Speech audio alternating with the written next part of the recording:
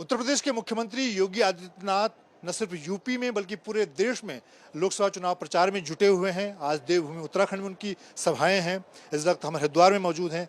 योगी जी, क्या रिस्पांस मिल रहा है आपको? जो नारा इस बार आप लोगों ने दिया है, अब की बार 400 पार, आप अलग अलग जगहों पर घूम रहे हैं और अब उत्तराखंड में पहले फेज का चुनाव होने वाला है। पूरा देश मोदी जी की गारंटी पर विश्वास करता है। 10 वर्ष में भारत को जो सम्मान मोदी जी के नेतृत्व में मिला है, सुरक्षा का जो बेहतर वातावरण बना है,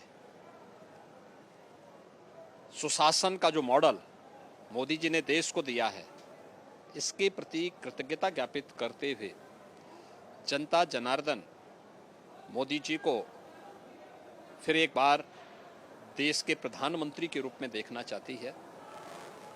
और जो नारा गूंज रहा है कि फिर एक बार मोदी सरकार और अब की बार 400 पार, यह पूरे देश के अंदर उत्तर, दक्षिण, पूर्व, पश्चिम प्रत्येक राज्य में देखने को मिल रहा है। उत्तराखंड में मैं विश्वास के साथ कह सकता हूं कि 5 सीटें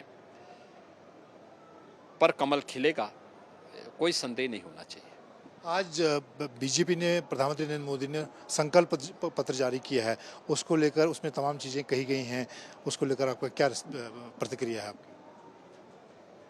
देखिए, 10 वर्ष में जो कार्य किया है मोदी जी ने, बिना भेदभाव के गांव, गरीब, किसान, नौजवान, महिलाएं, समाज के प्रत्येक तबके के लिए हित में काम किया। सबका साथ और सबका विकास उसका मंत्र था। इस बार के संकल्प पत्र की जो थीम है वो मोदी की गारंटी है। इसके 4 आधार दिए गए हैं: युवा, महिला, किसान और गरीब।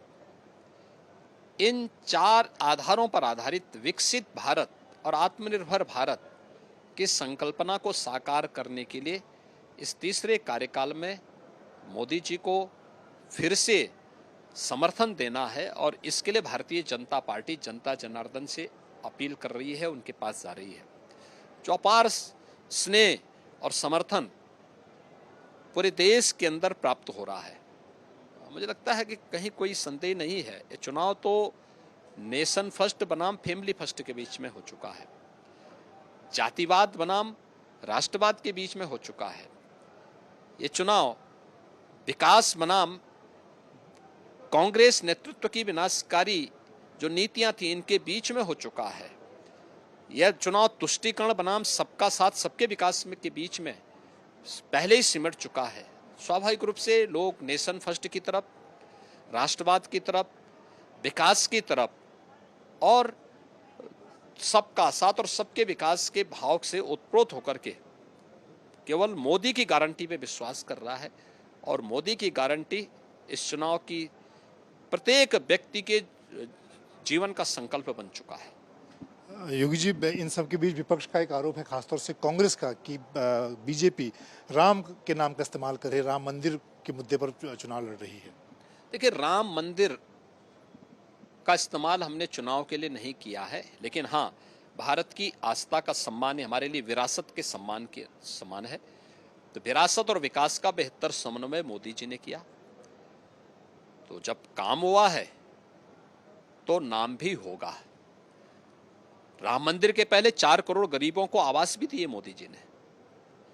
तो स्वाभाविक रूप से पहले गरीब का आवास बना, फिर महर्षि वाल्मीकि के नाम पे इंटरनेशनल एयरपोर्ट अयोध्या का नामकरण हुआ, और फिर अयोध्या में 500 वर्षों के बाद प्रभु राम विराजमान हुए। निसंदेह इसका श्रेय तो मोदी जी को ही जाता है। योगी जी, एक आखिरी सवाल, इस राम मंदिर की स्थापना के बाद ये पहली रामनवमी होगी, क्या तैयारियां, क्या आपको लगता है इस बार की खास रामनवमी होगी? देखिए, हमारा अनुमान है 40 से 50 लाख श्रद्धालु रामनवमी के अवसर पर अयोध्या धाम में आएगा। उनके लिए हर प्रकार की सुरक्षा, सुव्यवस्था वहां पर उपलब्ध कराई गई है। पूरा प्रशासन वहां पे दस्तर पर लगा हुआ है। और मुझे विश्वास है कि जैसे पिछले 2 महीनों के अंदर लगभग 2 करोड़ से अधिक श्रद्धालुओं ने अयोध्या धाम में दर्शन किया है, ऐसा ही बेहतर माहौल आने वाले सभी श्रद्धालुओं को और सुरक्षित माहौल अयोध्या धाम में सभी को प्राप्त होगा। बहुत धन्यवाद। उत्तर प्रदेश के मुख्यमंत्री योगी आदित्यनाथ का कहना है कि इस बार की लड़ाई जो सनातन को विरोध करने वाले हैं उनके और जो राष्ट्रवाद की बात करने वाले उनके बीच में लोकसभा का लड़ाई है। कैमरामैन अनिल जायसवाल के साथ मैं जीतने की हरिद्वार आज तक।